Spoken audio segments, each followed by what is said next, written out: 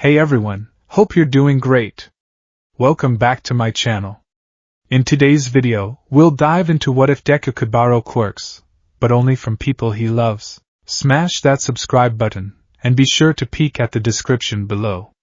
Let's begin. The air in ground gamma was thick with the taste of artificial dust and the metallic tang of strained infrastructure. It was a symphony of manufactured chaos, a concrete jungle designed for the express purpose of falling apart.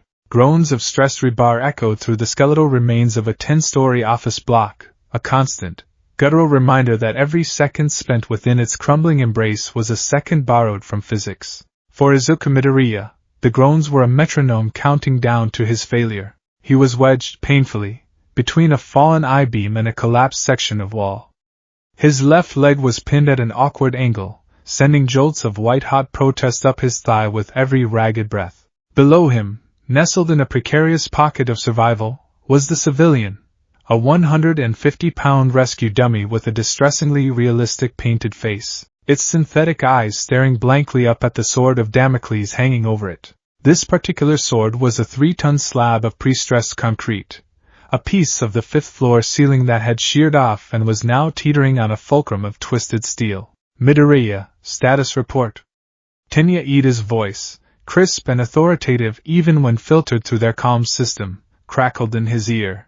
Uraraka and I have secured the perimeter and evacuated the other 2 civilian dummies. The primary target is with you. Time remaining 3 minutes. I'm pinned, Deku grunted, the words scraped from his throat by dust and exertion. He tried to shift, and the I-beam pinning his leg shifted with him, scraping against the concrete floor with a sound like grinding teeth. A fresh shower of dust and pebbles rained down from the slab above. The target is beneath unstable debris. I can't get a clear angle for a lift and carry, and I can't use one for all at a high enough percentage to move this beam without shattering my own leg into powder, he thought, a familiar, bitter frustration welling in his chest. If I use a 30% smash on the slab, the shockwave might bring the rest of the ceiling down on both of us. A 5% flick would be like throwing a pebble at a mountain.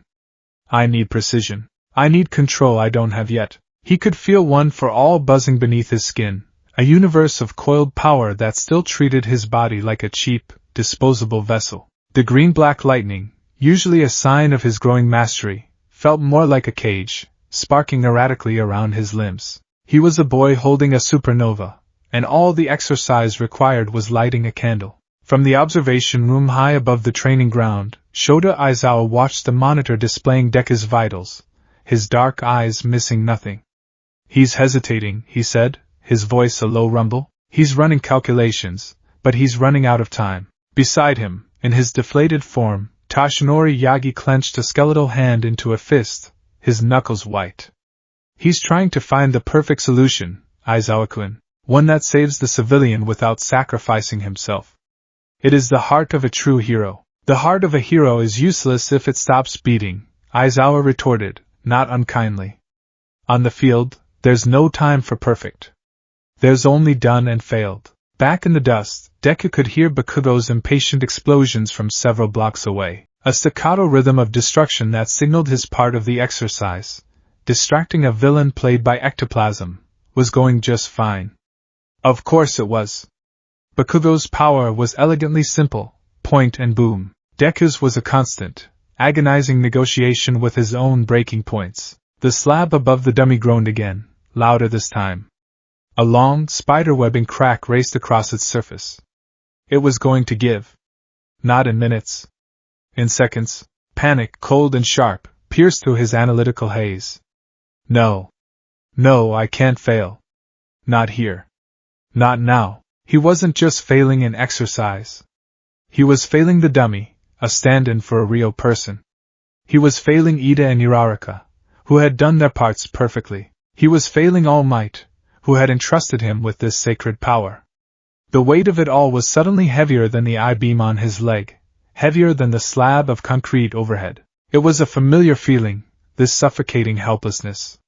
It was the feeling of being 4 years old in a doctor's office, being told he was different, lesser. It was the feeling of watching Kaken fall into the river, his own small body frozen on the bank. It was the terror of the sludge villain, his lungs burning, his life fading, unable to do anything but watch his tormentor rage. In those moments, there had always been one constant. One source of comfort. One person whose love was an undeniable, unshakable force of nature. His mom. The thought wasn't conscious. It was a primal instinct, a drowning man reaching for the surface. His mind, overloaded with percentages and trajectories, defaulted to its most foundational memory of safety. He pictured her face, framed by her dark green hair. He remembered her frantic, tearful apology after the diagnosis, the sheer force of her empathy that had hurt more than any taunt. He remembered her packing his lunch that very morning, her hands fluttering as she reminded him to be careful, her voice thick with a love so potent it was almost a physical presence. Be safe, Izuku. Just come home safe. He wanted to protect that. He wanted to be the son she could be proud of, the hero who could make her feel safe, for a change. A desperate, overwhelming wave of love and protective instinct for his mother washed through him, so powerful it eclipsed the panic. The concrete slab shifted, its final anchor point giving way. It began to fall. There was no time for a smash. No time to think. No! The word was a strangled cry, a denial of reality itself. He threw out his right hand, the one that wasn't trapped, as if he could physically hold the crushing weight at bay. He felt no surge of one for all, no crackle of lightning.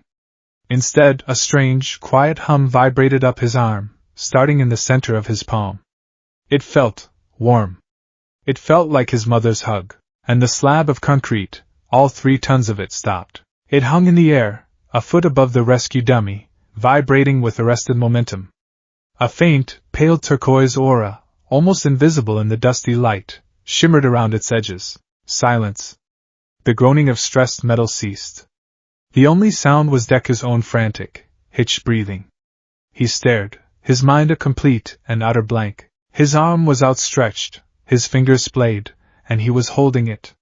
He wasn't touching it. There was a 10-foot gap between his hand and the slab, but he could feel its immense weight as a strange, metaphysical pressure against his palm.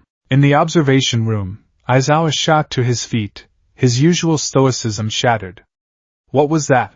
Toshinori leaned forward, his blue eyes wide with disbelief. He hadn't felt the signature energy transfer of One for All. This was something else. Something new. On the ground, Deku's classmates, who had been converging on his position, froze. Did you guys see that?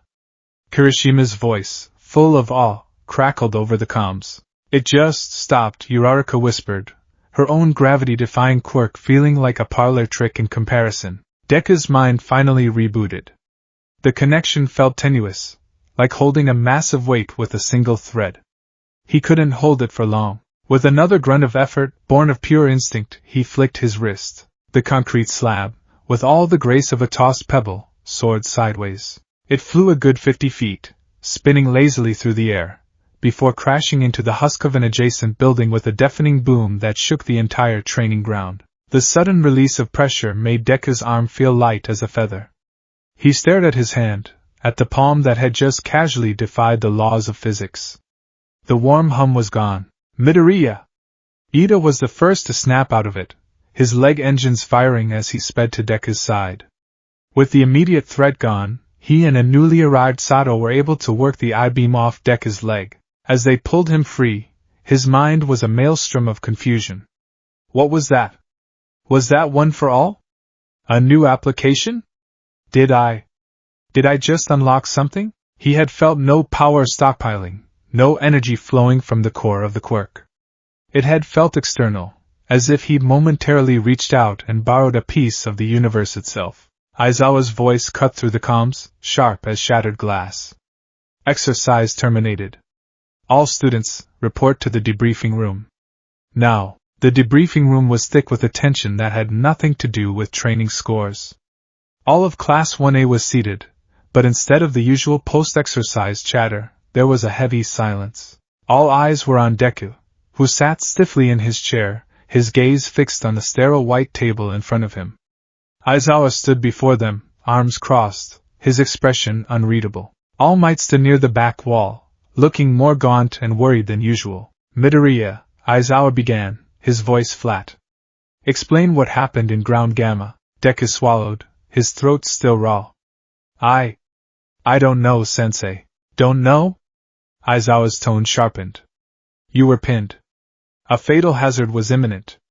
You then demonstrated a high-level ranged power that is completely inconsistent with your registered quirk. It appeared to be a form of telekinesis. I want an explanation. It's the truth, Deku said, his voice earnest and shaking slightly. I was trapped. I thought I was going to fail, that the dummy would be crushed.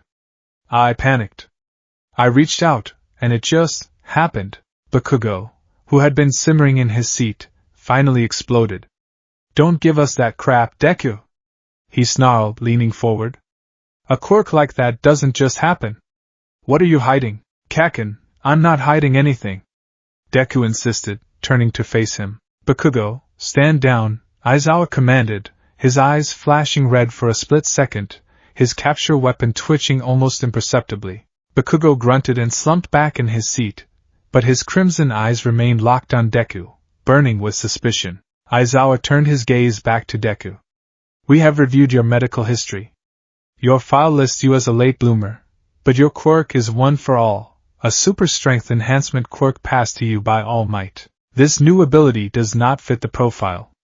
Is it possible one for all has latent abilities we were unaware of? He glanced at Tashinori. All Might stepped forward, clearing his throat. It is a possibility, he said, the lie tasting like ash in his mouth. He knew the history of every OFA user. There had been no telekinesis. One for all is a unique quirk, a singularity. Its true nature is still something we are exploring. It's plausible that as young Midoriya's body adapts, the quirk itself might manifest in new and unexpected ways. It was a flimsy explanation, but it was the only one they had that didn't involve revealing the quirk's true, secret nature.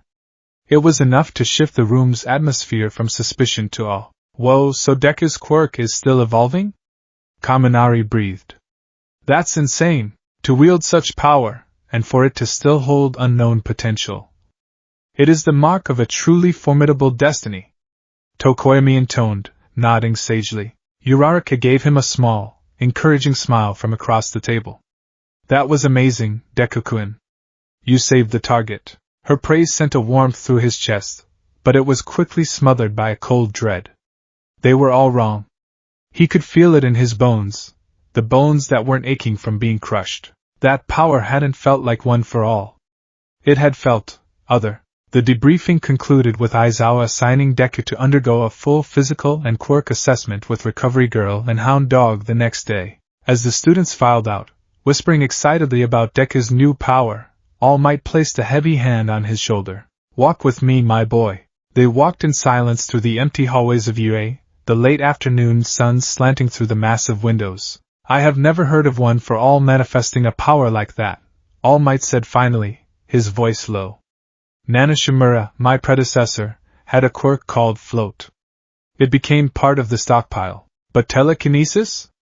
And on that scale? It's unheard of. It didn't feel like Float, Deku mumbled, shaking his head. When I manifested Black Whip, I felt the previous user's anger. I felt the history. This felt like me. It felt like home. He trailed off, unable to articulate the strange, intimate nature of the power. Whatever it is, we must be cautious, All Might warned. A new, unknown power is a dangerous variable. You must get to the bottom of it. Understand its trigger, its limits, its cost. A hero cannot wield a weapon he does not understand. His mentor's words echoed in his head long after they parted ways. A hero cannot wield a weapon he does not understand. Right now, he didn't even know what the weapon was. Later that evening, the oppressive confusion had coalesced into a familiar, driving obsession. Deku sat on the floor of his dorm room, a shrine to the man who had just warned him about unknown powers. All Might posters beamed down at him from every wall, their smiles a stark contrast to his own furrowed brow. His notebook, Hero Analysis for the Future, number 13, was open on his lap, but the page was blank. How could he analyze a power he couldn't replicate? Okay, let's break it down, he muttered to himself, the words a low, rhythmic chant that helped him think. The trigger. What was the trigger? He closed his eyes, forcing himself back into the dust and chaos of ground gamma. He remembered the I-beam, the falling slab, the terror. Variable 1, emotional distress, he whispered, scribbling it down. High stakes, life or death situation. Adrenaline. That seemed plausible. Many quirks were amplified by adrenaline.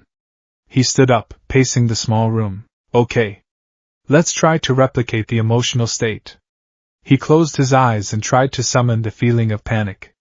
He thought about the USJ attack, about the Nomu, about muscular. He focused on the memory of fear, his heart rate climbing, a sheen of sweat forming on his brow. He extended a hand toward the Silver Age All Might figurine on his desk. Come on, he grunted. Move. The figurine remained perfectly still. Nothing. Not a quiver, not a hum. He sighed, deflating. Okay, so maybe not just generic fear. It was specific. It was the fear of failing. He thought about letting All Might down, about not being worthy of his quirk. A familiar, acidic anxiety churned in his gut. He focused it, channeled it, and pushed it toward the figurine. Again, nothing. He spent the next hour like this, a frustrating exercise in emotional gymnastics. He tried desperation, righteous anger, heroic determination. He tried every emotional state he could recall feeling before a major feat of strength. Each attempt ended in failure, leaving him more exhausted and confused than before. He collapsed back onto his floor, running his hands through his messy green hair in frustration. It doesn't make any sense. There has to be a logical component I'm missing. A catalyst. Something I did, something I thought. His mind drifted back to the moment just before the power manifested. The panic, the noise, the weight, and the sudden, vivid image of his mother's face. He paused. That was strange. Why had he thought of her then? It wasn't the first time he'd been in a life-or-death situation, but he couldn't recall her popping into his head so powerfully before. He dismissed it. It had to be a coincidence, a stray thought in a panicked mind. The power had to be related to OFA. Maybe it required a specific mental state and a low-level activation of the quirk. He tried that, letting 5% flow into his arm while focusing on the feeling of desperation. The only result was that his hand trembled slightly from the energy output. Dejected, he slumped against his bed. His stomach growled.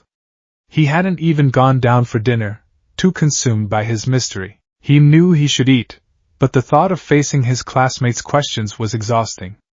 They'd all be asking about his cool new power, and he had no answers. He'd feel like a fraud. Just then, his phone buzzed on his desk. He glanced at the caller ID and felt a pang of guilt. Mom, he hesitated. He loved his mom more than anything, but she was a world-class warrior. If he sounded even slightly off, she would descend into a spiral of loving, frantic concern that he didn't have the energy to manage right now.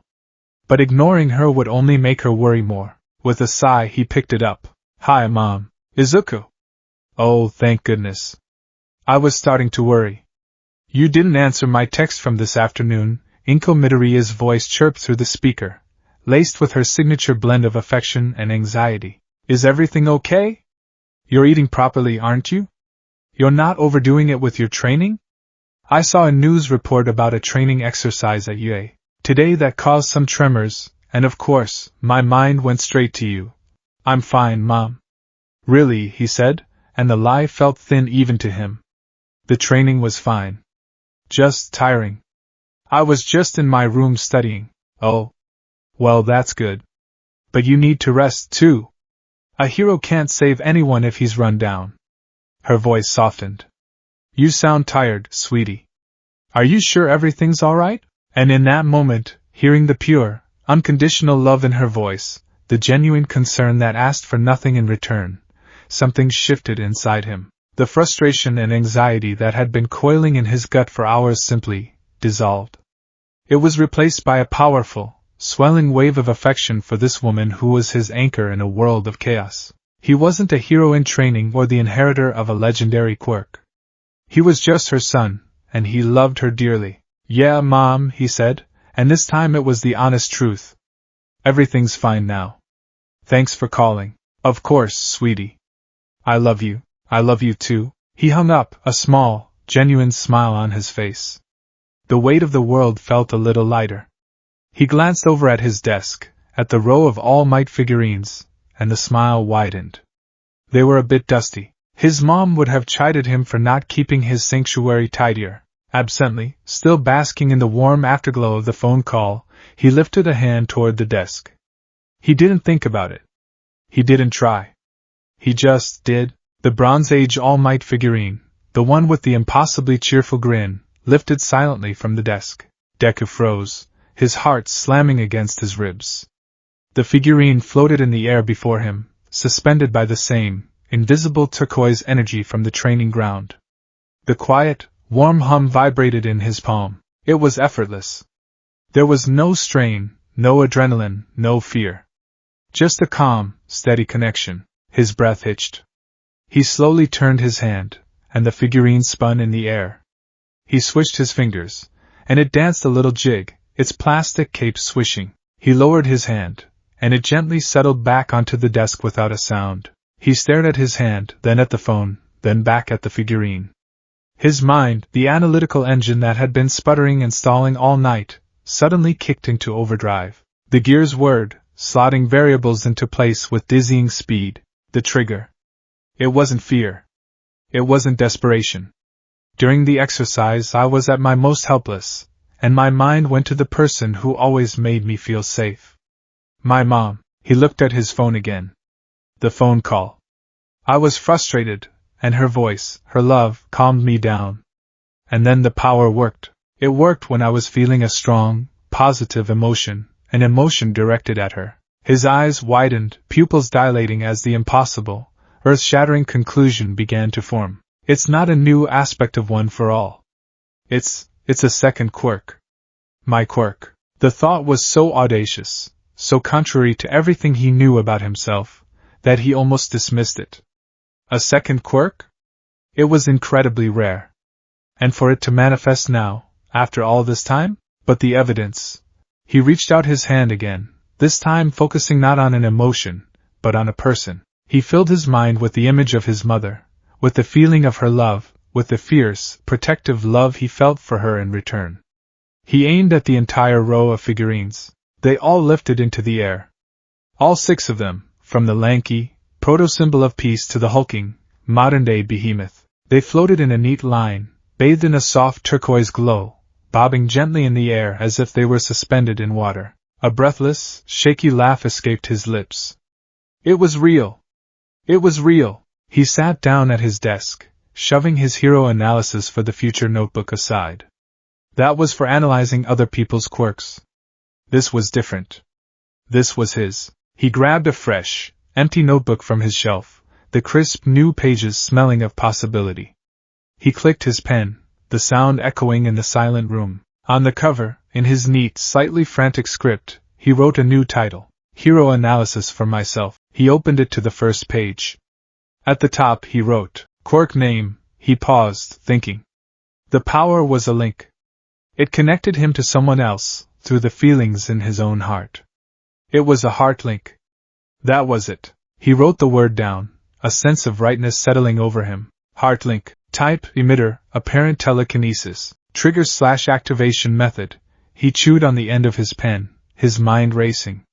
He wrote, his hand flying across the page. The quirk appears to activate when I feel a strong, genuine, and positive emotional connection, specifically love, for another person. The power manifested in ground gamma when I was in a state of desperation but was focusing on my love and protective instincts for my mother, Inko Midoriya. It was replicated in my room immediately following a phone call with her that generated similar feelings of love and affection. The strength, or even the accessibility of the power seems directly proportional to the intensity of this emotional bond. He paused, reading the words back.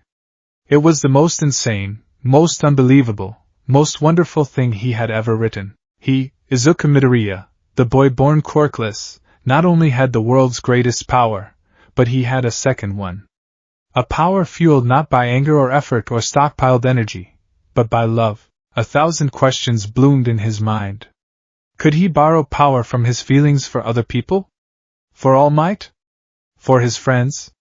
What would that even look like? Was the telekinesis specific to his mom, or was it a default? He looked up at the floating All Might figurines, still gently bobbing in the air, powered by the love for the woman who had first told him he could be a hero, even when she didn't believe it herself. A wide, uncontrollable grin spread across his face. This changed everything.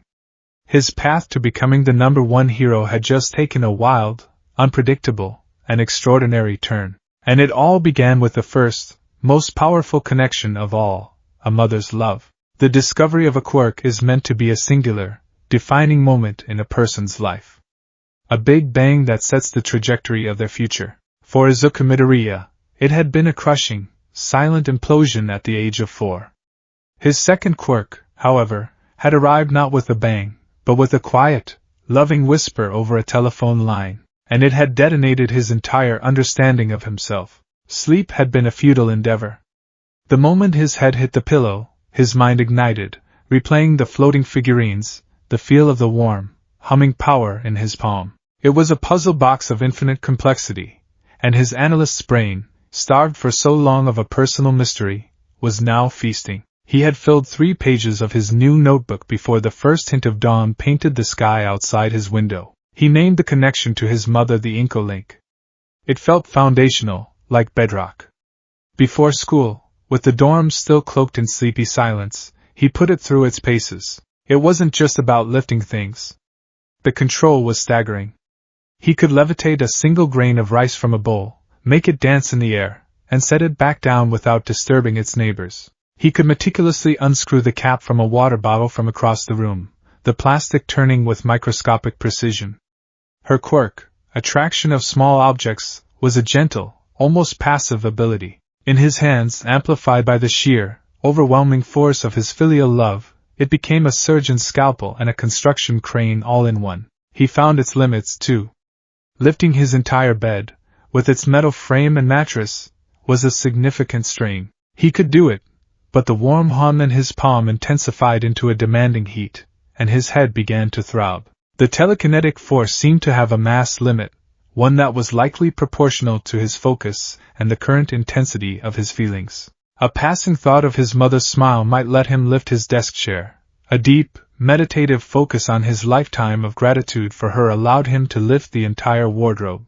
It was power as an act of devotion. The most crucial discovery was its subtlety. Unlike One for All, which announced its presence with a screaming torrent of power and a light show of green lightning, Heartlink was silent. Ghostly. He could be using the Inco link to subtly nudge a falling book back onto a shelf, and no one would be the wiser. It was a secret weapon hidden in plain sight. But one connection, however powerful, wasn't enough. His notebook was filled with questions, branching out like a spiderweb. If the quirk was powered by love, did that include other forms of it? Respect? Admiration? Friendship? There was only one person who came to mind for the next test. The man who was more than a mentor, more than a teacher. The man who was his living, breathing ideal. All Might. Izuku sat cross-legged on his floor, facing the largest poster on his wall, a triumphant All Might, fists raised to the sky. He closed his eyes, shutting out the world. He pushed aside the warm, steady connection to his mother, and instead reached for a different emotion.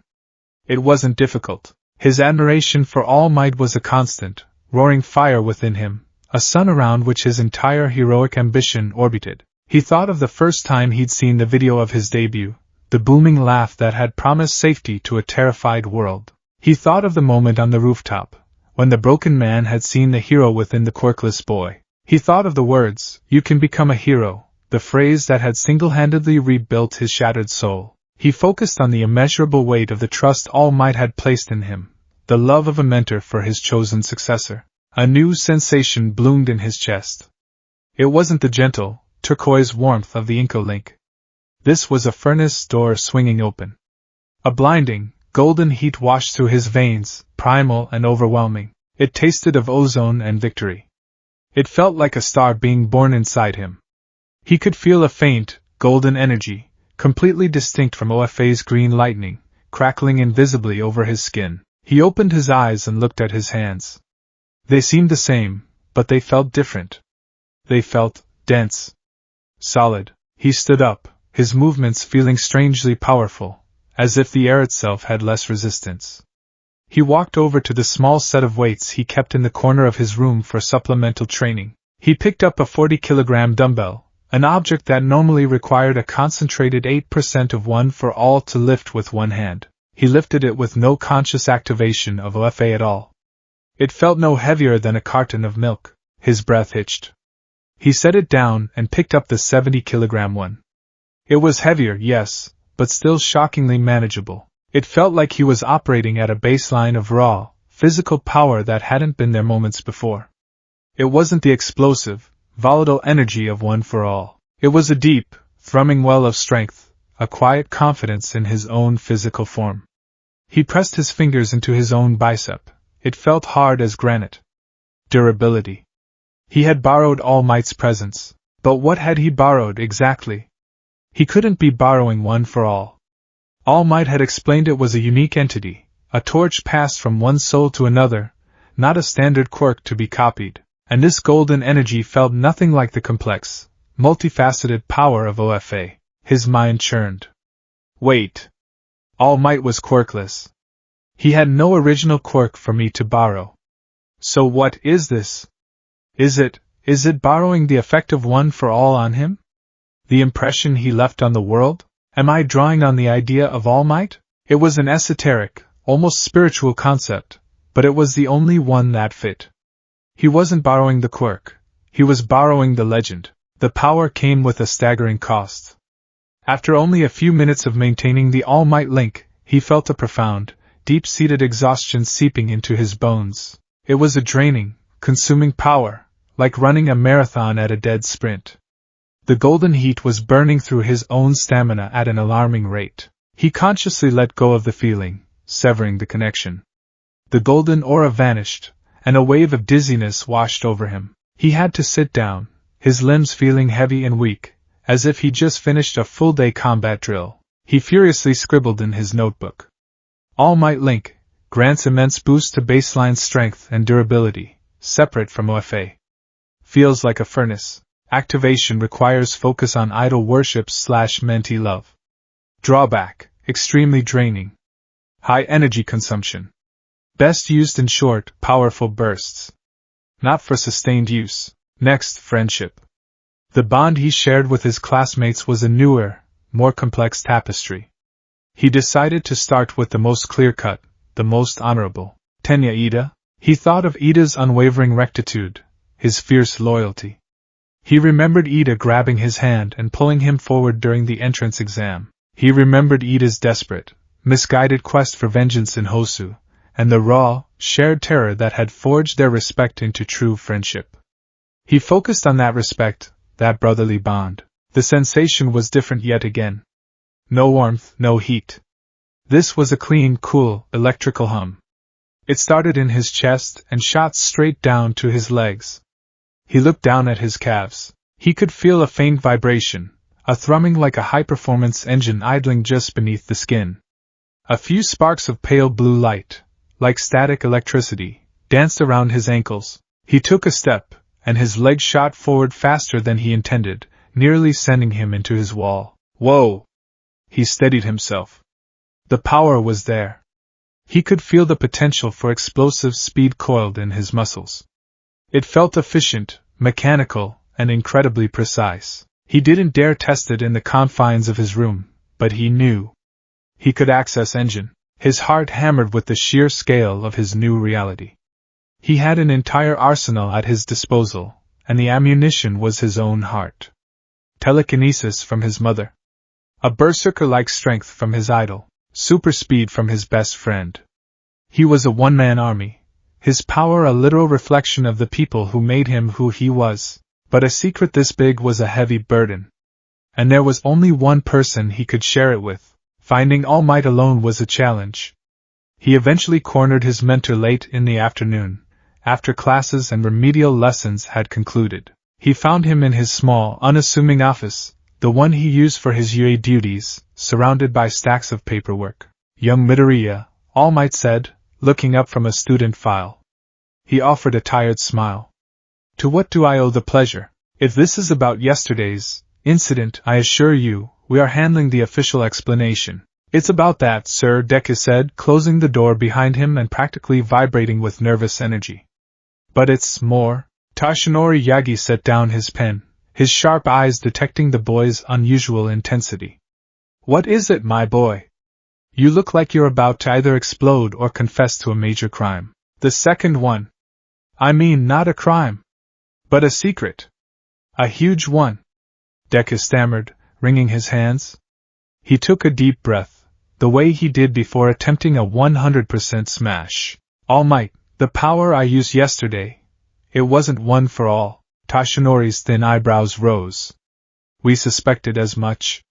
So what was it? This was it. The moment of truth. Sir, I think I have a second quirk, Deku blurted out, the words tumbling over each other. I think I've had it all along dormant. It lets me borrow the quirks of people I love. The silence in the office was absolute. Toshinori stared at him, his gaunt face a mask of utter shock. The air conditioner hummed, the sound unnaturally loud. For a moment, Deku was terrified he had broken his idol. Then, Toshinori leaned back in his chair, a slow, disbelieving exhale escaping his lips. It lets you what? Borrow their quirks, Deku repeated, his confidence growing as he began to explain.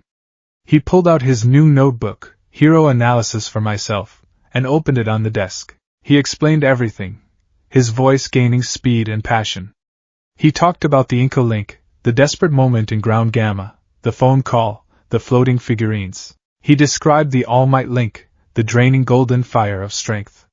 He detailed the Ida Link, the cool, humming engine in his calves. To prove it, he took a breath, focused his mind on his mother's loving smile, and reached out a hand. A pen from Toshinori's desk uplifted silently into the air, spun twice, and then gently settled back down. Toshinori stared at the pen, then back at Deku's earnest, hopeful face. He saw the frantic, detailed notes, the rigorous self-analysis. This wasn't a delusion. It was real. A slow smile spread across his face, a genuine, radiant expression that seemed to chase the shadows from the room. He let out a bark of laughter, a sound that was half cough, half unadulterated joy. My boy, oh my boy, he said, shaking his head in wonder. To be born quirkless, only to manifest not one, but two of the most extraordinary quirks I have ever encountered. The universe has a truly baffling sense of humor. Pride swelled in Toshinori's chest, so potent it almost hurt. This boy, his boy, was more special than even he had ever imagined. This is a miracle, Izuku. But as the initial shock wore off, the hero's pragmatism took over. He leaned forward, his expression growing serious. But it is also a profound danger. Your heart is now your arsenal, my boy. Your very power source is tied to the most volatile, unpredictable, and fickle force in human existence, emotion. Deku nodded, his own smile fading as he absorbed the weight of the warning. I know. If my feelings change, the power might change. Or disappear. Exactly, All Might said, his voice grave. Love can be a hero's greatest strength. It can also be their most exploitable weakness. A villain who understands the nature of this quirk could manipulate you in ways we can't even imagine. They could threaten the people you love not to harm them, but to disable you. They could drive a wedge between you and your friends and watch your power crumble. This secret, young Midoriya, might be even more important to protect than the secret of One for All. The scale of his new responsibility settled onto Deku's shoulders.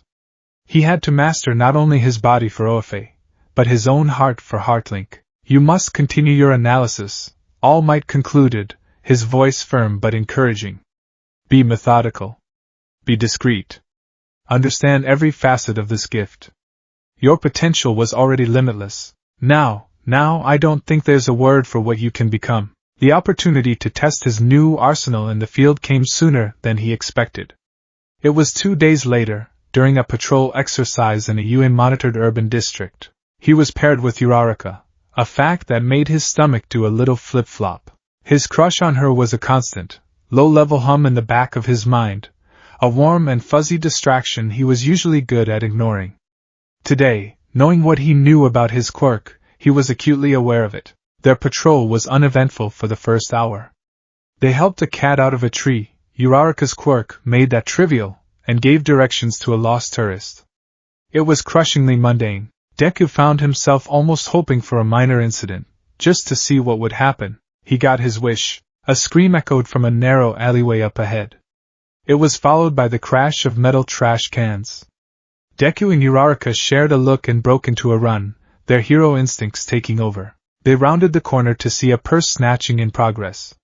The victim, a young woman, was pressed against the brick wall. The perpetrator was a lanky man in a hoodie whose skin seemed to be coated in a shimmering, viscous ooze, like he'd been dipped in oil.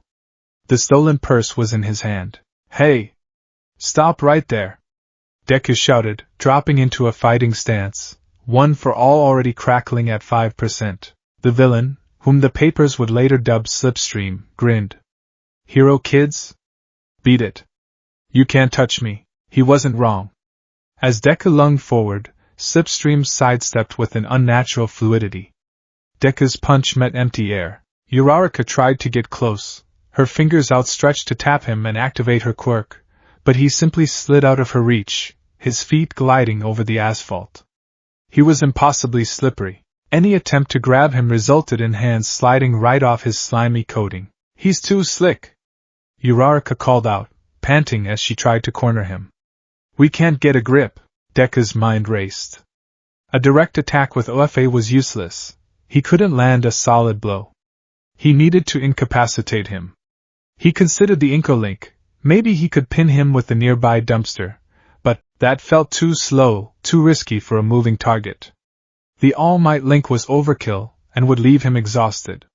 The Ida Link would just let him run into the villain, and slip off him faster. He watched Uraraka, her expression a mask of fierce determination. She was fearless, darting in and out, trying to find an angle, her cheeks flushed with effort. He felt a surge of admiration for her tenacity, for her heroic spirit. She was so cool. The low-level hum of his crush intensified into a vibrant thrum, a giddy, sparkling feeling that made his heart beat faster. It was a feeling as light and buoyant as her quirk. Slipstream, tired of the game, made a break for the alley's exit. Later, losers, he was going to get away. Deku saw Uraraka's frustrated expression, and a fierce, protective instinct flared within him. "I wish I could help her. I wish I could just make him stop." And just like that, it happened. He didn't consciously decide to. The desire was so strong, so intertwined with his burgeoning feelings for Uraraka, that Heartlink responded on its own. A new energy flooded him. It wasn't warm like his mother's, or fiery like All Might's, or electric like Ida's. This was effervescent. It felt like champagne bubbles rising in his chest, a giddy, weightless sensation. A soft, shimmering pink aura, the exact color of Uraraka's hero costume accents, flickered around his hands. He felt a connection to the very concept of gravity, as if he could suddenly see the invisible strings that tied everything to the earth. Without thinking, Deku pointed a finger at the fleeing villain. "Stop." He didn't touch him. He didn't even flick. He just willed it. The pink energy flowed from his fingertip in an invisible stream. The moment it hit Slipstream, the villain's feet lifted off the ground. His escape was cut comically short. One moment he was sprinting, the next he was flailing in midair, his momentum carrying him forward in a slow, helpless tumble 3 feet off the ground. "Whoa! What the?" Uraraka stared, her jaw slack. "Deku-kun, did you?" Deku was just as stunned. The control was absolute. It was her quirk, zero gravity, but dialed to 11. He could feel the villain's mass, his center of gravity, as if it were an extension of his own body. He made a clenching motion with his hand. Slipstream's clothes constricted around him as if they'd suddenly become weightless, and were being pulled by an invisible string, effectively trapping his arms at his sides. He floated there, trussed up and immobile, a pathetic, slimy piñata. I don't understand," Uraraka breathed, looking from the floating villain to Deku's outstretched hand. "My quirk, it requires me to touch someone with all 5 fingers. How did you do that? And from a distance?" It's that new latent power thing from One for All," Deku stammered, falling back on the official story. "It seems to mimic things sometimes? I'm still figuring it out. The lie felt clumsy, but Uraraka was too amazed to question it. Her eyes were wide with awe, shining with an admiration that made the pink, bubbly energy inside Deku surge. The feeling was intoxicating. The power flowing from his feelings for her was potent, precise, and felt good. It was a thrilling, dizzying rush, completely different from the steady comfort of the Inko Link, or the heavy burden of the All Might Link. This was pure, exhilarating joy. They easily secured the villain, who was still floating helplessly, and handed him over to the authorities when they arrived. As they walked back toward the main campus, the adrenaline began to fade, but the feeling of the Uraraka link lingered. That was incredible, Deku-kun, Uraraka said, her voice still full of wonder. She bumped his shoulder playfully. You're like a walking Swiss Army knife of quirks. First telekinesis, now range zero gravity? What's next? Deku blushed, a furious red that clashed with his green hair. I don't know. He could still feel the phantom sensation of her power, a faint, sweet fizzing in his veins. The connection felt stronger now, reinforced by the shared experience and her open admiration. He glanced at her bright, smiling face, and the power surged again, a pleasant, giddy warmth spreading through his chest. He was beginning to understand All Might's warning. The power from his mother was stable, a pillar of strength. The power from All Might was a weapon of last resort, awe-inspiring but costly. The power from Ida was functional, reliable, a tool. But this? The power from Machiko Uraraka? It felt like a drug. And as he walked beside her, bathed in the glow of her smile and the intoxicating rush of her borrowed power, Izuku Midoriya had the terrifying, thrilling thought that he never wanted to be sober again. The aftermath of the slipstream incident left a strange new current running through Deku's life. His official cover story, that One for All was spontaneously manifesting new, unpredictable abilities, was both a blessing and a curse. It was a blessing because it allowed him to use Heartlink more openly without revealing his core secret. It was a curse because it painted a massive, glowing target on his back. His classmates now looked at him with a mixture of awe, curiosity, and in some cases, a palpable envy. He was no longer just the kid with the self-destructive strength quirk. He was UA's great enigma, a boy whose power seemed to rewrite its own rules on a weekly basis. He spent his free time in a state of feverish, secret experimentation. The Uraraka link remained his most intoxicating discovery. It was becoming his default. A book just out of reach, he'd float it over with a flick of his fingers, the pink, bubbly energy a familiar, pleasant hum. Tripped on a crack in the pavement? A subtle, subconscious burst of zero gravity would lighten his body just enough to regain his balance. He was growing addicted to the effortless grace it afforded him, and more so, to the warm, giddy feeling of his crush that powered it. But All Might's warning echoed constantly in his mind. Your heart is now your arsenal. Do not rely on a single weapon. He knew he couldn't let his budding feelings for Uraraka become a crutch. An arsenal required variety. It required understanding every tool at his disposal, and that led him, inevitably, to Shoto Todoroki. Their relationship wasn't like the easy, sunny friendship he had with Uraraka or the steadfast, brotherly loyalty he shared with Ida. The bond with Todoroki had been forged in a crucible. It was born from a declaration of war in a stadium hallway, tempered in the explosive heat and ice of their tournament match, and finally solidified in the blood and terror of the Hosu back alley. It was a connection built on a foundation of brutal honesty, shared trauma, and a deep, grudging, and ultimately profound mutual respect. Deku wondered if respect was a powerful enough emotion to fuel Heartlink. Was it a form of love? Or was it something else entirely? He found his answer during one of Aizawa's infamous surprise training exercises. Class 1A was unceremoniously dropped into the center of the unforeseen simulation joint's vast central plaza. The objective was simple, and therefore, terrifyingly difficult. A high-level villain has deployed an army of autonomous combat robots. Aizawa's tired voice droned from the overhead speakers. Your objective is to neutralize the villain, a custom-built behemoth located in the center of the plaza, within 30 minutes. The lesser bots are designed to impede you. Work together. Or don't. Your grade depends on the outcome. Chaos erupted. Dozens of sleek, humanoid robots, each armed with non-lethal stun prods and capture nets, poured into the plaza from all sides. They were fast, coordinated, and utterly relentless. Bakugo, Kirishima, and Kaminari formed a vanguard, a whirlwind of explosions, hardening, and indiscriminate electrification. Yaoyorozu and Jiro provided support, creating cannons and tracking enemy movements with sonic waves. Deku found himself fighting back-to-back with Ida and Todoroki, a familiar and effective unit. Deku used one for all at a controlled 8%, his movements a blur of green lightning as he dismantled bots with precise kicks and smashes. Ida was a blue and silver streak, his recipro burst allowing him to disable multiple targets before they could even react. And Todoroki. Todoroki was a force of nature. He stood his ground, a calm epicenter in the storm of battle. With the stomp of his right foot, a massive glacier of ice erupted from the ground, encasing a dozen bots in a frozen tableau. With a wave of his left hand, a torrent of white-hot flame melted the weapons of another squad, rendering them harmless. He was efficient, powerful, and devastatingly effective. Watching him, Deku felt that familiar pang of awe. But it was different from the hero worship he felt for All Might. This was the respect of a peer.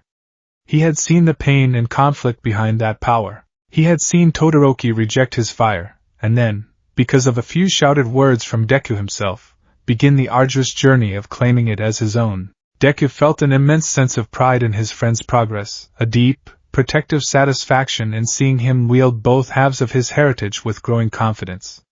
He's so strong, Deku thought. He's making his power his. That thought, that specific, powerful surge of respect and pride, was the key. A new sensation sparked to life within him. It was utterly unique. It felt like two distinct energies flowing into him simultaneously, a bizarre duality that settled in his chest. From his right side, he felt a biting, crystalline cold, a feeling of absolute zero that was sharp and clean. From his left, a liquid heat pooled, a contained, volcanic warmth that felt potent and dangerous. It wasn't the gentle warmth of the Inko Link, or the giddy fizz of the Uraraka Link. This was elemental. Primal. It was the feeling of a glacier and a volcano existing inside him at the same time. Just as the feeling manifested, their situation became dire. A group of larger, more heavily armored bots broke through their defensive line. One of them fired a capture net, snagging Ida's leg mid-stride and sending him tumbling to the ground. Before Deku or Todoroki could react, the behemoth villain in the center of the plaza finally activated. It was a monstrous thing, 20 feet tall, built like a tank on two legs, with a single, glowing red optic. A targeting laser swept across the battlefield and locked onto the fallen Ida. A heavy-caliber stun cannon on its shoulder began to whine, charging up for a shot that would undoubtedly take Ida out of the exercise. Ida! Todoroki yelled, unleashing a wave of fire, but it dissipated against the behemoth's thick armor plating. I can't melt it fast enough. Deku saw it all in a split second. The charging cannon. The distance. His own position. An 8% smash wouldn't be enough to destroy the behemoth. A higher percentage would shatter his bones, leaving him vulnerable. He needed to get to Ida, to shield him, but a direct line was blocked by two of the armored bots. He needed to change his trajectory, fast. Instinct, amplified by the new, dual energy humming within him, took over. He pushed off the ground with a 5% jump, soaring into the air. Mid-flight, he thrust his left hand out behind him, focusing on that feeling of volcanic heat. He didn't think about the mechanics. He just pictured Todoroki's flames. A jet of crude, roaring fire erupted from his palm. It wasn't the elegant, controlled torrent Todoroki could produce. It was a raw, explosive burst, more like a rocket thruster than a flamethrower. But it worked. The recoil sent him hurtling forward and to the side, altering his aerial path in a perfect arc over the intervening bots. He was flying, propelled by a borrowed fire. In the observation deck, Aizawa, who had been calmly sipping from a juice pouch, choked. He sat up straight, his eyes wide. Did Midoriya just use a fire quirk? Beside him, All Might's skeletal hands gripped the railing. He felt a surge of terrifying pride. He's doing it. He's actually doing it. Deku was now rocketing towards Ida, who was struggling to cut himself free from the net. The behemoth's cannon fired with a deafening VWM. A large, crackling ball of blue energy shot through the air, aimed directly at Ida's chest. There was no time to move him. He had to block it. As he descended, Deku twisted his body, putting his right side forward. He focused on the crystalline cold, the feeling of absolute zero. He slammed his right hand down onto the ground in front of his friend. "Ice wall!" he screamed, the name of Todoroki's signature move leaving his lips without conscious thought. The ground flash froze. A massive, jagged wall of ice, thick and opaque, erupted upwards, intercepting the energy blast an instant before it reached Ida. The stun bolt impacted the ice with a thunderous crack, shattering the wall into a million glittering shards. But its energy was completely dispersed. Deku landed in a crouch beside his friend, his left hand still smoking faintly, the ground around his right hand coated in a thick layer of frost. He was panting, not just from exertion, but from the sheer shock of what he had just done. The entire plaza fell silent for a beat. The remaining robots paused their assault, their programming likely unable to compute the sudden appearance of elemental powers from a student known for super strength. His classmates stared, their mouths agape. Todoroki was the most stunned of all. He stood frozen, not by his own ice, but by sheer disbelief. He had just watched Izuku Midoriya, the boy who had shattered his worldview, use a perfect, if unrefined, imitation of his own quirk. The fire jet. The ice wall. It was impossible. Midoriya. Todoroki breathed, his voice barely a whisper. How? Deku scrambled to his feet, helping Ida up. No time! We have to stop the big one. The moment of shock passed.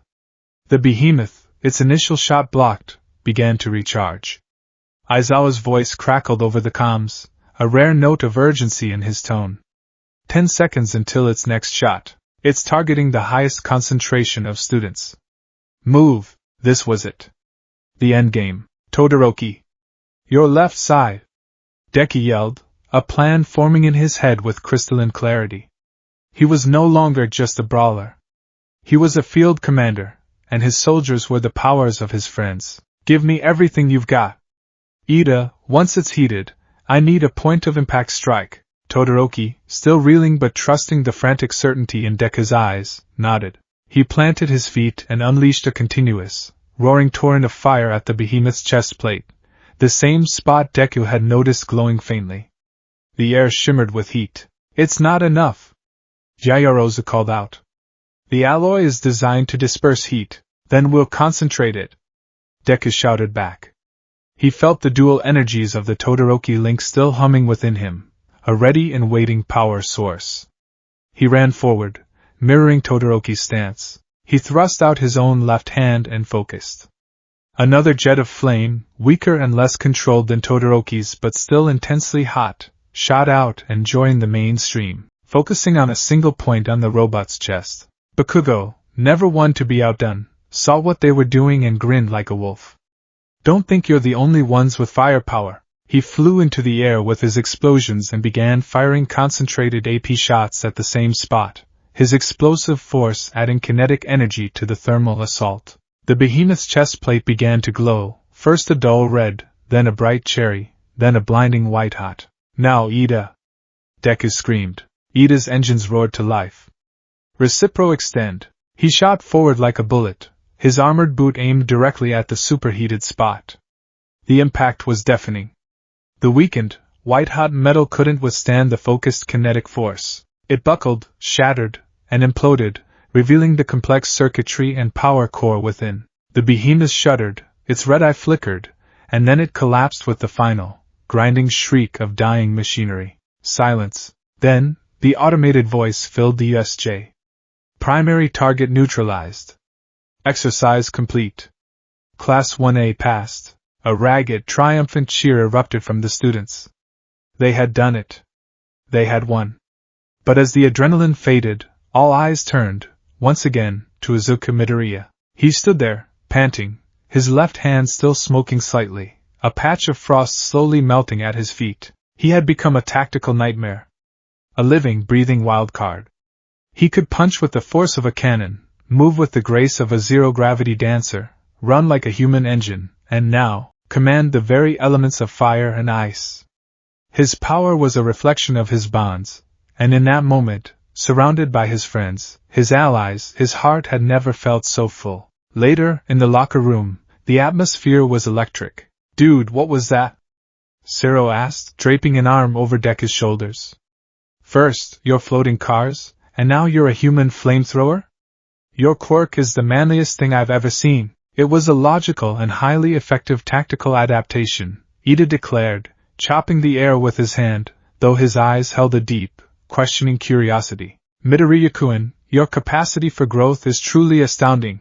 Deku just mumbled non-committal answers, toweling his hair and trying to avoid making eye contact. He felt a profound sense of unease amidst the praise. He had just publicly displayed a massive, unexplained power-up. Aizawa would want answers. Real answers? He felt a presence beside him and looked up to see Todoroki. The dual-haired boy's expression was intense, his mismatched eyes boring into Deku's. The usual crowd noise of the locker room seemed to fade away. "Midoriya," Todoroki said, his voice low and serious. "We need to talk." He looked pointedly at the others. Alone. Deku's stomach clenched. This was it. He couldn't lie his way out of this one. Todoroki wasn't just a casual observer, he had felt his own power being mimicked. They found an empty classroom, the setting sun casting long shadows across the desks. Todoroki closed the door and turned to face him, his arms crossed. "Don't tell me it's another latent aspect of One for All," Todoroki said, his voice flat. "I know my own quirk. I know how it feels. What I saw out there, what you did, that was my fire. That was my ice. It wasn't an imitation. It felt authentic." "Explain." Deku's heart hammered against his ribs. He looked at Todoroki's face, at the boy who had shared his own painful, deeply personal history with him. He had trusted Deku with the secret of his scar, of his father, of his very soul. Lying to him now felt like a profound betrayal. All Might's warning about secrecy warred with the undeniable truth of their friendship. He made a decision. Some bonds were worth the risk. "You're right," Deku whispered, his voice barely audible. It's not part of One for All." He took a deep, shuddering breath. "I have another quirk, Todoroki-kun. One I only just discovered." He explained it all, just as he had to All Might. The name Heartlink. The connection to his mother's love manifesting as telekinesis. The way his respect and friendship for Ida gave him access to Engine. And finally, how his deep, peerless respect for Todoroki, for his strength, his struggle, and his victory over his own hatred, had allowed him to tap into half-cold, half-hot. Todoroki listened without interruption, his expression unreadable. His gaze never left Deku's face. When Deku finished, the silence stretched out, thick and heavy. "So your power," Todoroki said slowly, processing the incredible information, "is fueled by your emotions for others. It's literally powered by your relationships." "Yes," Deku confirmed, bracing for, he didn't know what. Disgust? Disbelief? Accusation?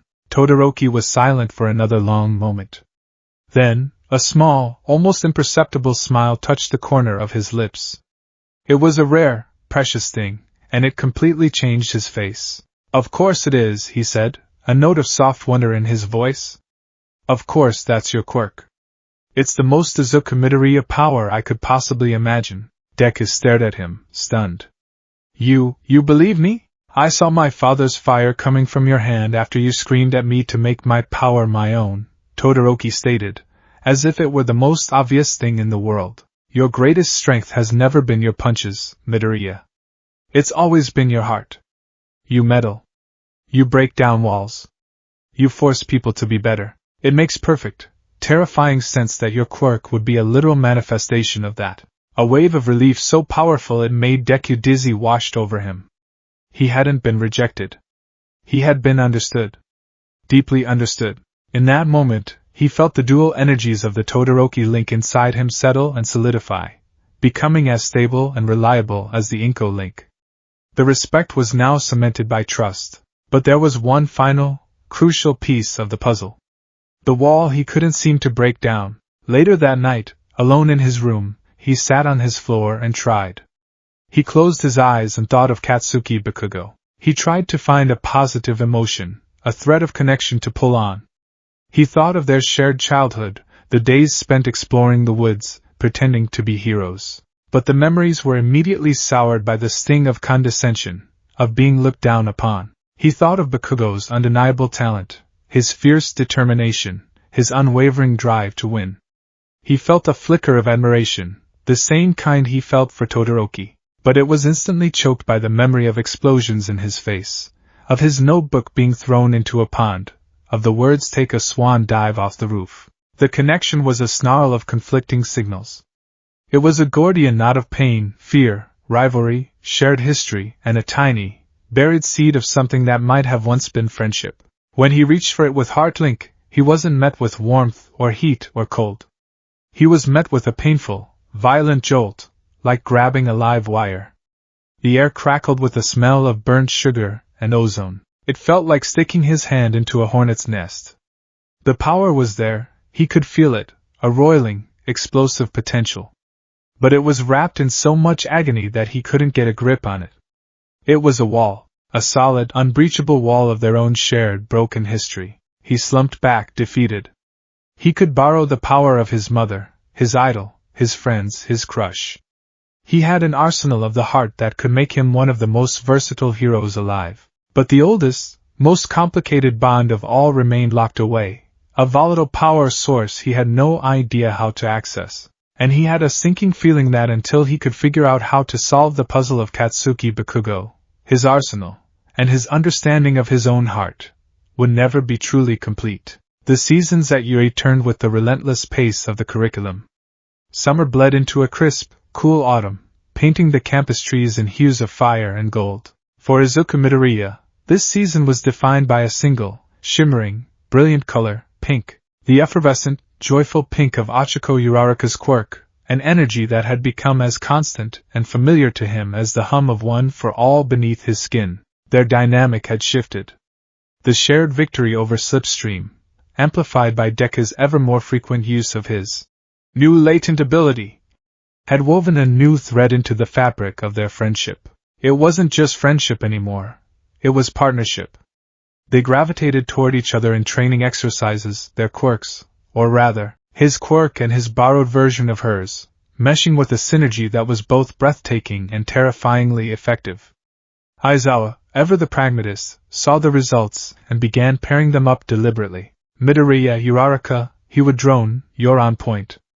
Your combined mobility is a strategic asset." They became, in the quiet, observant eyes of their classmates, something of an item.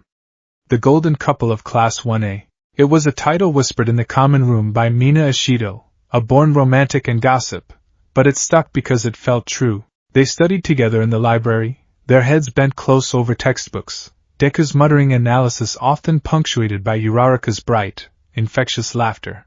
They shared bentos on the rooftop, the city sprawling beneath them, talking about everything and nothing, the pressures of class, the latest hero news, her worries about her parents, his obsession with his training. One crisp Saturday, the air smelling of fallen leaves and distant wood smoke, they ventured into the city for what they both steadfastly refused to call a date. It was a trip to a local festival, a vibrant explosion of colored lanterns, sizzling street food stalls, and cheerful crowds. For Deku, it was a test of control, a tightrope walk over a chasm of adolescent awkwardness. For his heart, it was pure, unfiltered fuel. Every time Uraraka's hand brushed against his as they navigated the throng, a jolt of that pink, bubbly energy would surge through him, so potent he felt momentarily lightheaded. When she won a small, plush All Might keychain at a ring toss game and presented it to him with a triumphant, beaming smile, the connection to her quirk flared so brightly it was almost a physical presence, a warm, weightless blanket wrapping around his shoulders. He found himself using it without thinking. A child's balloons slipped from their grasp and began to float away.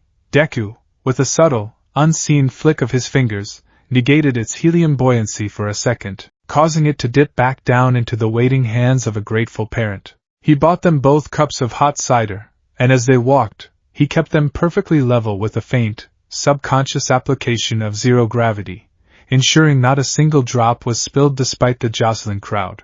It was easy. It was effortless. You're getting really good at that, Deku-kun, Uraraka commented, her cheeks rosy from the autumn chill. She gestured vaguely at the air around him. That floaty thing you do, it's like it's second nature to you now. Oh. Yeah, he stammered, a blush creeping up his neck. I've been practicing. A lot. It's amazing, she said, her brown eyes full of genuine admiration. It's like you took my quirk and just perfected it. You can do things with it I can't even dream of. The precision, the range, it's inspiring, honestly.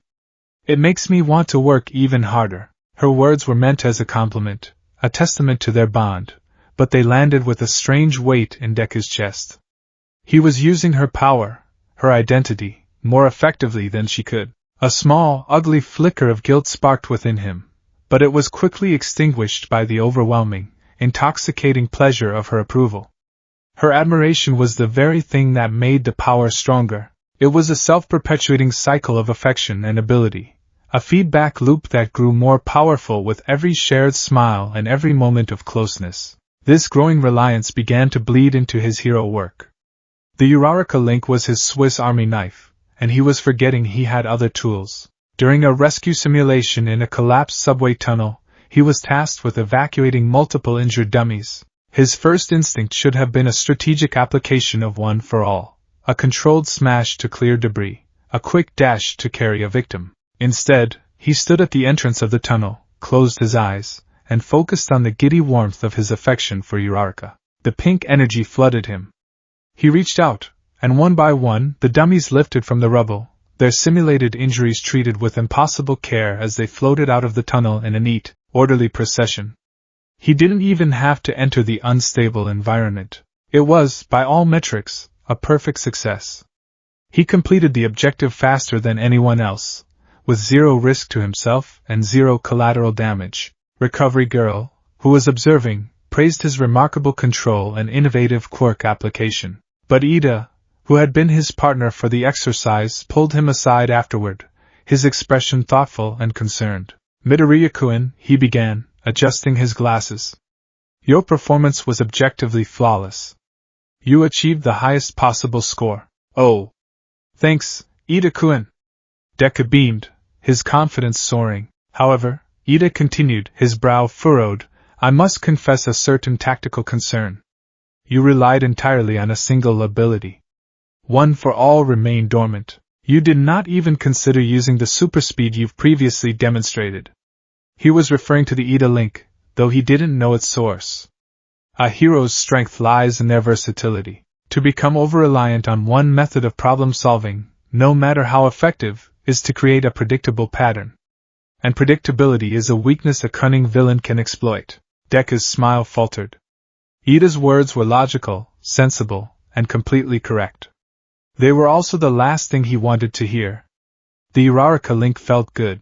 It was clean, precise, and didn't come with the risk of shattered bones or the debilitating exhaustion of the All Might link. It was the path of least resistance, and it was paved with the sweet, addictive glow of his first love. I appreciate the advice, Ida-kun, Deku said, his tone a little more defensive than he intended. But it was the most efficient solution. The goal is to save people, right? The method that does that best is the right one. Ida did not look convinced, but he nodded. Of course. Forgive me. I did not mean to question your results, but the seed of doubt had been planted. Was he becoming predictable? Was he using this power as a crutch? The thought was unsettling, a dissonant note in the beautiful symphony of his feelings for Uraraka. He pushed it down. Ida was just being Ida, overthinking things, as always.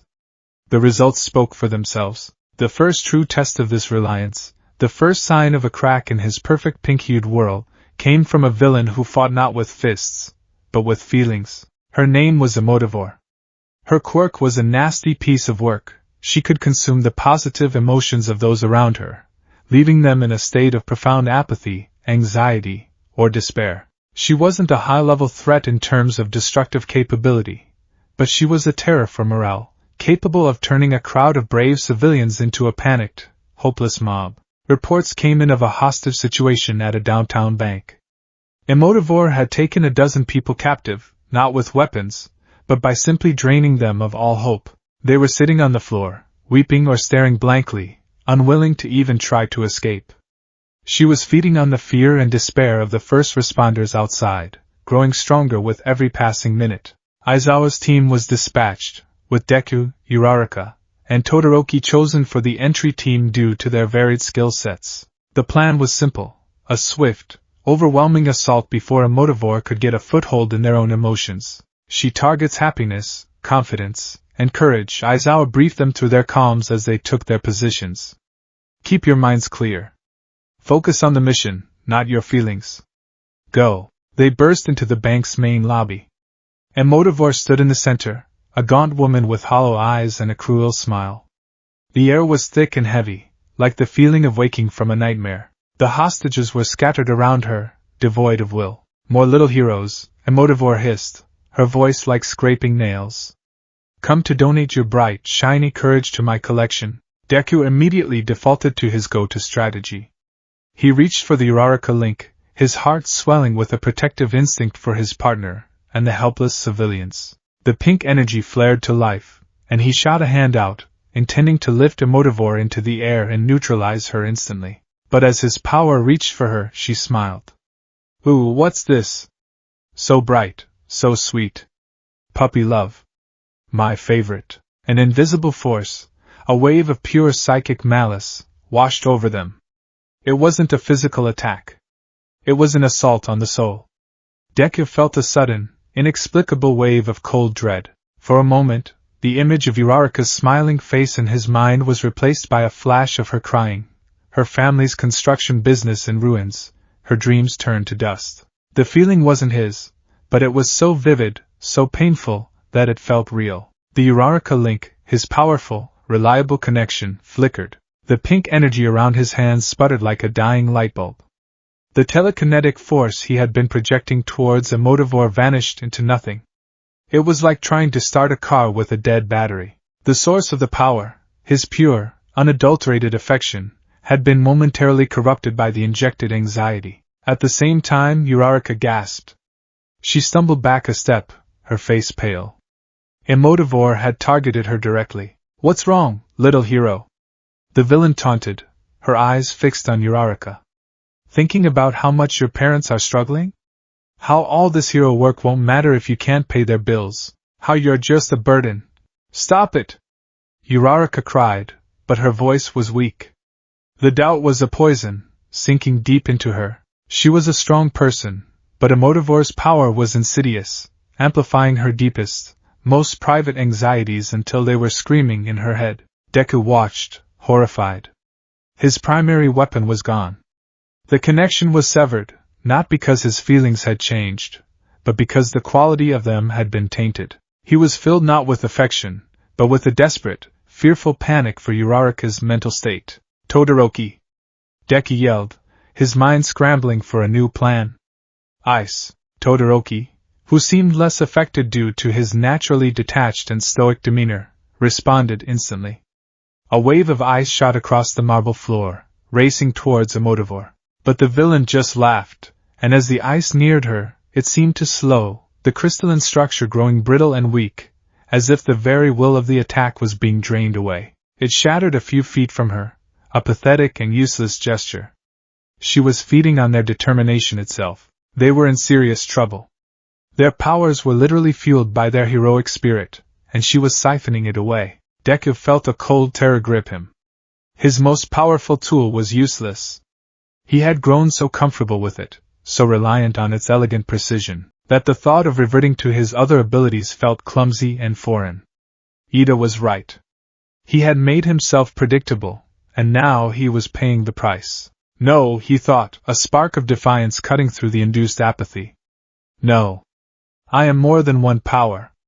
I am more than one feeling. He shoved down the panic for Uraraka. He couldn't help her by panicking.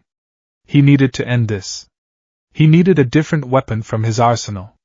He needed a power that wasn't born of affection or happiness. He needed something cold, logical, and brutally efficient. He shifted his focus. He thought of Todoroki.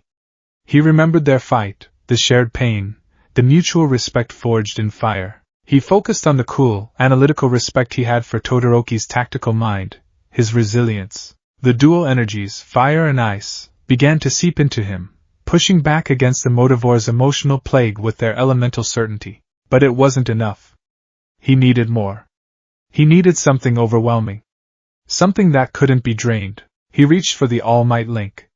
He filled his mind with the image of his mentor, not the smiling symbol of peace, but the gaunt, bleeding man who had fought the Nomu, who had coughed up blood and still declared, "I am here."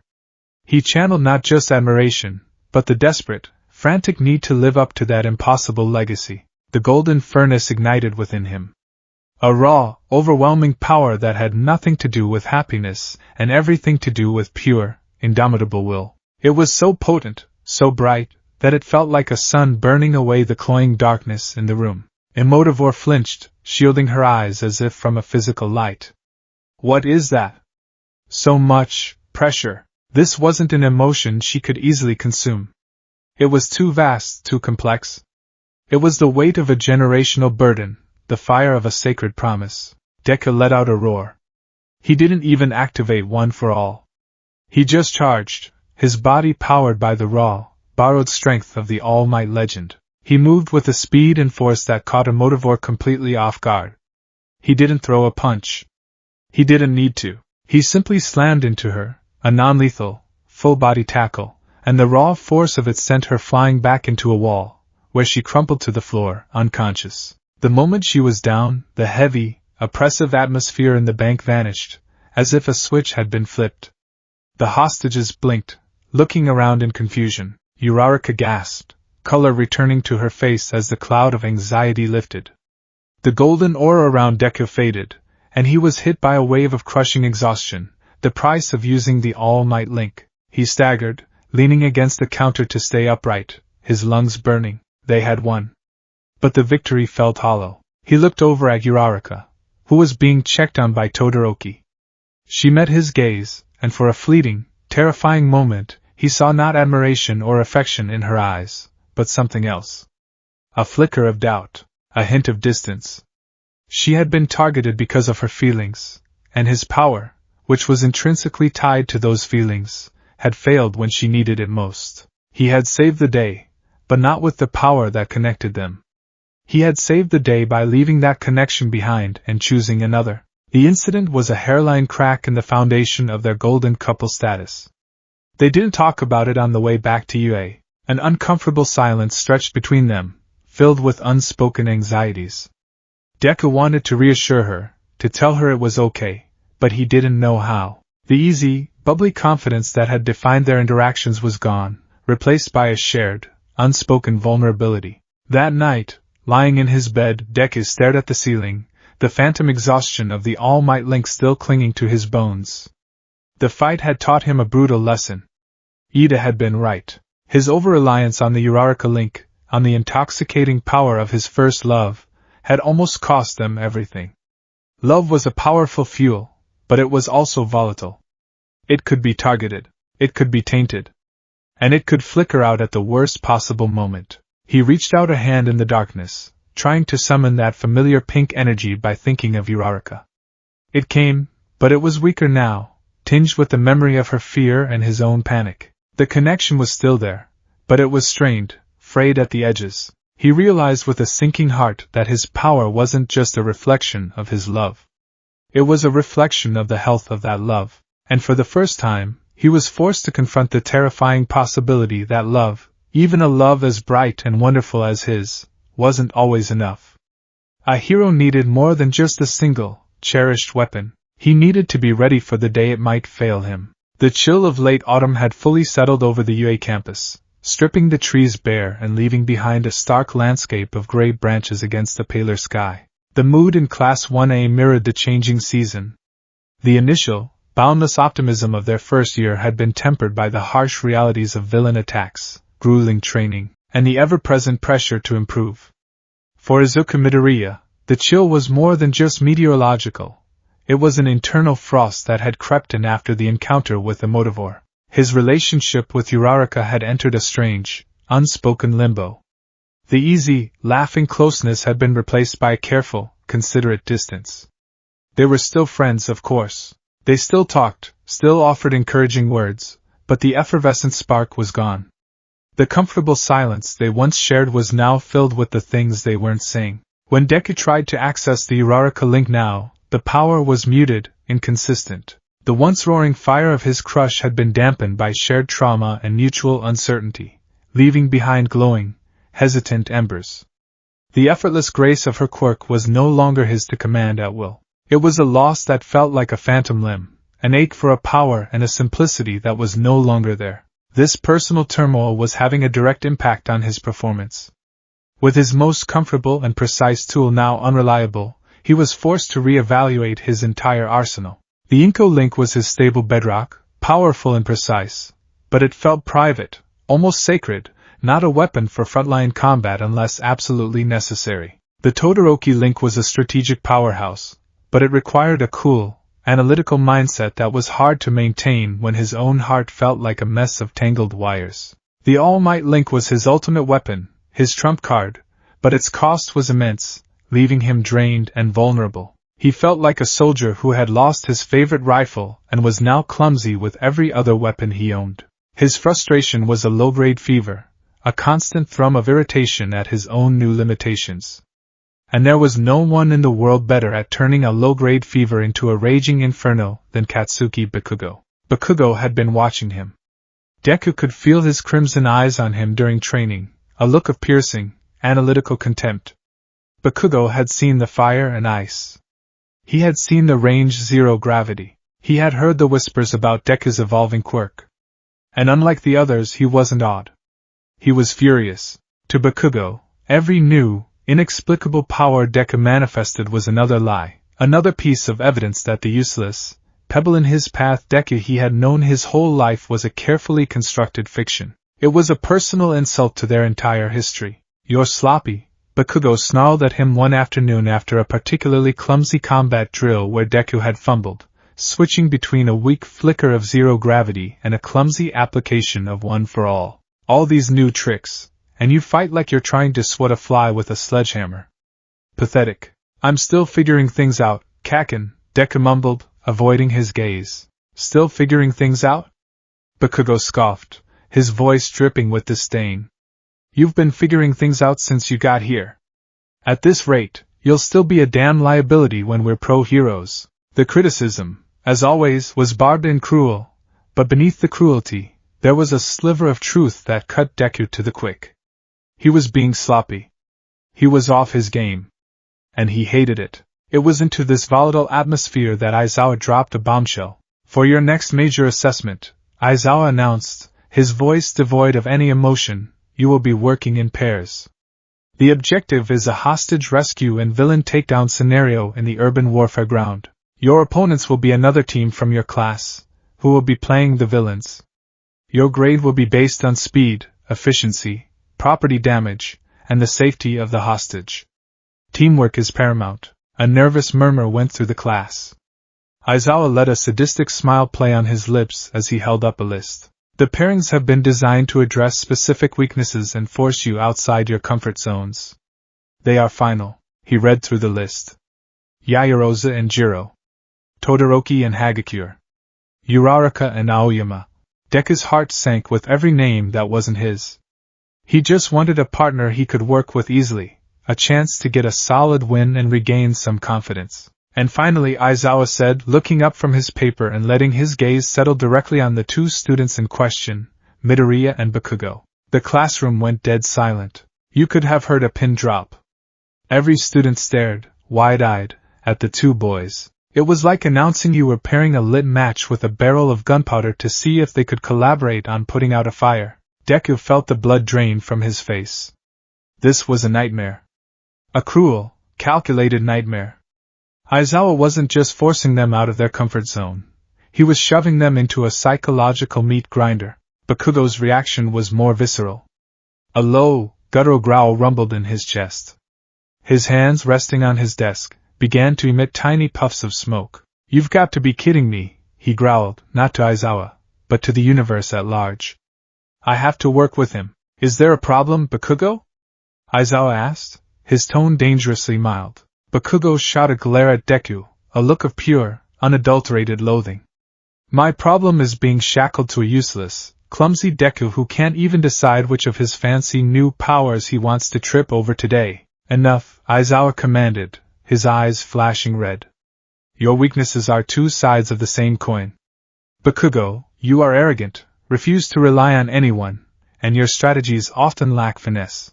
Midoriya, you are hesitant, over-reliant on certain abilities, and you lack the confidence to take decisive command. Together, you will either learn to compensate for each other's failings, or you will fail spectacularly. The choice is yours. Prep time starts now. You're up in 30 minutes. The prep time was 30 minutes of agonizing, suffocating silence.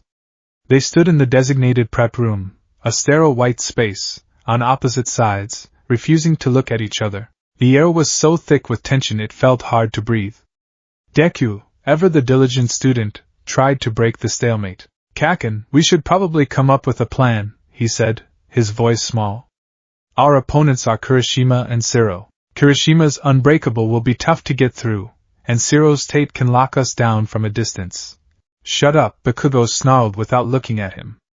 I don't need a plan from you. The plan is simple. I go in, I blast those losers to hell, and I grab the hostage. All you have to do is stay out of my damn way. We can't just, I said shut up. Bakugo roared, whirling on him, his palms crackling with small explosions. You think I want to be here? You think I want to team up with the lying, quirk-stealing freak who's been looking down on me this whole time? Deku recoiled. Quirk-stealing? Looking down on you? Kaken, what are you talking about? I've never looked down on you. You're amazing. Lies. Bakugo bellowed, his face contorted in a mask of rage and something else, something Deku couldn't identify. It looked almost like hurt. All that you're amazing, Kaken crap, while you were secretly hiding a super powerful quirk. And then another one.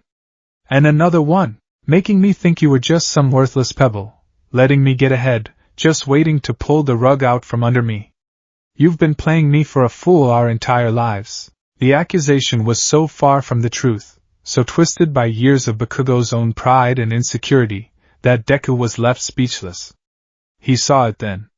Bakugo didn't just hate him for being a rival, he felt betrayed. In his mind, their entire shared history had been a lie perpetrated by Deku. That's not true, Deku whispered, his voice shaking. I was quirkless, Kaken. The first quirk, it was given to me. The others, they're new. I'm still trying to understand them. Given to you? Bakugo scoffed, a bitter, humorless laugh. Yeah, right. Quirks aren't handed out like party favors. Just more of your damn lies. He turned his back on Deku, his shoulders rigid with anger. The 30 minutes are almost up. Just follow my lead and try not to get yourself killed. Their team entered the exercise on the verge of implosion. The scenario was a multi-story parking garage. The hostage, a dummy, was on the top floor. Kirishima and Zero were their opposition. The moment the starting buzzer sounded, Bakugo was gone. He didn't wait for Deku, didn't communicate a plan. He just launched himself up the central ramp of the garage with a series of powerful explosions. A human missile aimed at the objective. Kaken, wait! Deku yelled, but it was useless. He was alone on the ground floor. He could hear the sounds of battle from above almost immediately. A flurry of explosions, the sound of tape being fired, and Kirishima's boisterous "Come on, Bakugo. Is that all you've got?" Deku took a deep breath, forcing down his panic. Okay. He's the distraction. I'll be the infiltration. He activated One for All at 8% and began to scale the outside of the building, leaping from level to level, his goal to approach the top floor from a different angle. He reached the 5th floor just in time to see Bakugo's plan fall apart. Kirishima, in his unbreakable form, had engaged Bakugo in a head-on brawl. It was a stalemate, a brutal exchange of explosive force against impenetrable defense. But it was a trap. While Kirishima kept Bakugo occupied, Zero, hidden among the concrete pillars, shot out streams of his tape, binding Bakugo's arms to his sides. Gotcha! Zero yelled triumphantly. Damn you! Bakugo roared, struggling against the thick, durable tape. Kirishima grinned, his rocky skin making the expression look even more intimidating. "You're too predictable, man. Always going in head first." This was Deku's chance. While they were focused on the captured Bakugo, he could slip past and get to the hostage. It was the smart play. It would win them the exercise. But as he watched Bakugo struggle, something inside him twisted. He saw the raw, furious frustration on his childhood friend's face. He saw the humiliation of being captured, of his straightforward power-based strategy failing him. And for the first time, Deku didn't see a bully or a rival. He saw a comrade in peril, a partner who needed his help. He abandoned the stealth approach. With a burst of speed from One for All, he shot into the open. Zero whirled around, surprised, and fired a volley of tape at Deku, who dodged and weaved, using the concrete pillars as cover. While Zero was distracted, Bakugo used a momentary lapse in concentration to unleash a massive, point-blank explosion from his feet, shattering the ground and the tape around his arms. He was free, but he was furious. "I didn't need your help, DKU!" he screamed. His pride stung more than his body. "We're a team, Kaken!" Deku yelled back, ducking behind a pillar as Zero's tape slapped against it. "We're supposed to be working together. I don't have a team!" Bakugo retorted, blasting himself towards Kirishima again, resuming their pointless brawl. They were a mess. Disjointed. Aizawa's voice crackled in their earpieces, cold and disappointed. 30 seconds remaining. Hostage is still unsecured. At this rate, you're both looking at a failing grade. Failure. The word was a slap in the face. They were losing. They were losing because they couldn't get past their own history. Deku hid behind a pillar, his breath coming in ragged gasps. He watched Bakugo trade pointless blows with Kirishima, his movements full of rage but lacking any real strategy. He saw Zero setting up another trap, preparing to ensnare Bakugo again, and in that moment of impending failure, something in Deku's perception shifted.